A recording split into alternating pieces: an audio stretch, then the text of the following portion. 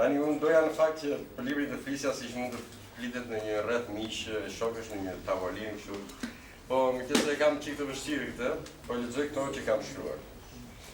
Letërsia shqipe fitoi një libër për të bërë pikë referencë e problematikës së saj. Kjo temë e madhe e tragjizmit të kohës sonë është bërë interpretuese e shpirtit të trazuar të epokës.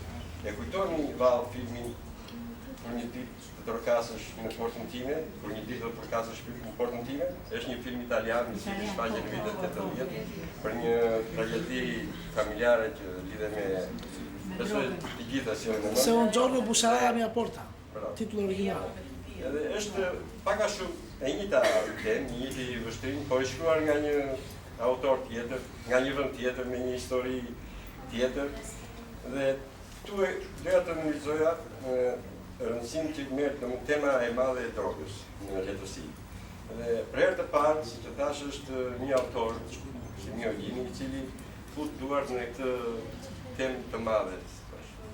Dhe një guxim i madh artistik për ta trajtuar, sepse neve jemi sot dëshmitar të asaj që qoftë shekun e kaluar tani po merr për masa akoma më tragjike. Droga shkryer në një të keqe të madhe njerëzimi, njësoj si po ta themi si terrorizmi, si varfëria, domethënë fatkeqësitë natyrore, të cilat po na godasin nga aty ku se presim. Dhe droga është pikërisht një nga ato problemet të kyçe, domethënë më të mëdha me të cilat shoqëria e sotme duhet të përballet. Pikërisht për këtë, unë dua të analizoj domethënë rëndësinë e romanit të Mios, i cili është një vepër letrare e krijuar mbi kriteret siç analizoi dhe zoti Thanas, kriteret e estetikës letrare, dhe nga ana tjetër dua të analizoj të romani, ai se kush nuk e ka lexuar domethënë ta ketë parasysh atë tension të vazhdueshëm që mbart romani nga faqja e parë deri tek fundi. Domethënë duhet të jesh shumë i fortë, është një roman i rënd dhe duhet të jesh i gati i përgatitur për ta përballuar domethënë këtë tragjizëm të romanit. Nga ana tjetër duket edhe ajo përvoja e gjatë letrare e Mios, i cili që në vitet 70 është prezantuar para publikut shqiptar me libra për kritikën e teatrit, pothuaj një nga të parët edhe nga më të rëndësishmit e kohës. Edhe sot prapë mbetet një nga korifejtë e kësaj fushë. Po ja që Miu është kërkues ndaj vetes, ndaj edhe bën sfida të vazhdueshme. Një nga këto sfida sot është edhe paraqitja e romanit të tij. Dhe besoj presim akoma gjëra më interesante, sepse është Miu nuk rrin në një vend, lëviz dhe pavarësisht moshës së madhe, është kërkues. Është në lëvizje të përhershme.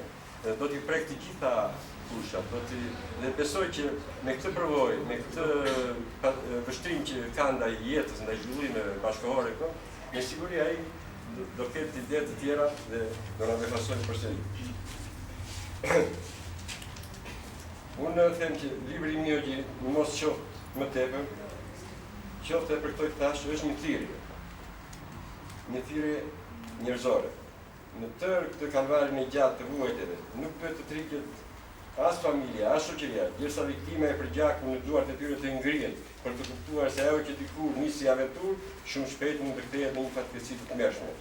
Në librin Letra nga Spanja, i pari ndoshta në këtë temë në letërsinë shqipe, ne zbulojmë jetën e një familje në tmerrin e drogës, një tmerr i pafund, derisa një ditë njeriu para saj i pafuqishëm me dhënë ndorzohet. Shoqëria zgjohet vetëm kur e keqja ka tërpitur në derën e saj. Kur rrugëve të Atinës derdhen kufoma të droguarit fatkeq, shoqëria është duke fjetur. Shëndeti i saj i shkërcënuar seriozisht. Në për këto pasazhe që mbartin një të vërtetë të madhe jetësore, kanon pothuaj krejt romani i Mio Gjini. Ai të turbullon ndërgjegjen, të shkruan fort duke paralajmëruar se kjo po ndodh në këtë familje, nesër mund të jetë mysafire në shtëpinë tënde. Libri në fakt ka shumë pak personazhe, aq sa që mund të përbëhet një familje. Ndërsa shoqëria është e pranishme në një formë gati duket si një gjë amorfe, sotësisht nga larg, gjë që e bën edhe më të frikshëm kërcënimin e kësaj mortaje njerëzore. Sidoqoftë, në këtë libër kemi bërthamën e një drame, ku viktima në qendër zbulon defektet e funksionimit të një shoqërie. në krye të kuptohet se këtij krimi të mërshëm është mafia, kartelet e drogës, autonomia ilegale të prodhimit dhe trafikimit të saj. Edhe pse është në shenjestër shumë pak plumba e godasin të bish të skeqjes. Duhet të vuash për saj si në rastin e përballimit me këtë libër të rrisjellim në kujtesë sa pak jemi të mbrojtur dhe sa shumë jemi të kërcënuar. Kjo dramë që me sa duket do të jetë edhe për shumë kohë bashkëpunëtare e njeriu vazhdon të prodhojë viktima të saj. Një krim që mbetet pafajtor, sepse krimi e mbron vetë shërbia me mungesën e vullnetit të saj për ta kuptuar atë frontalisht. Edhe në fund doja me të dhe si në kryetar i lidhjes edhe si Niku besoj nga më të afërt të mirë të falenderoj edhe një herë me se dhe zonja Merita i ta prapa ambasadorin, zonës ambasadore, të gjithë të tuarit pjesëmarrësit që erdhen në miq nëpërmjet Facebook-ut dhe nëpërmjet tonë kanë dëgjuar për aktivitetin. Edhe lider arti them në shembull të kryetarit do të befasoj përsëri me aktivitete të tjera, më interesante dhe ju ftoj të jeni gjithmonë pranë nesh. Faleminderit.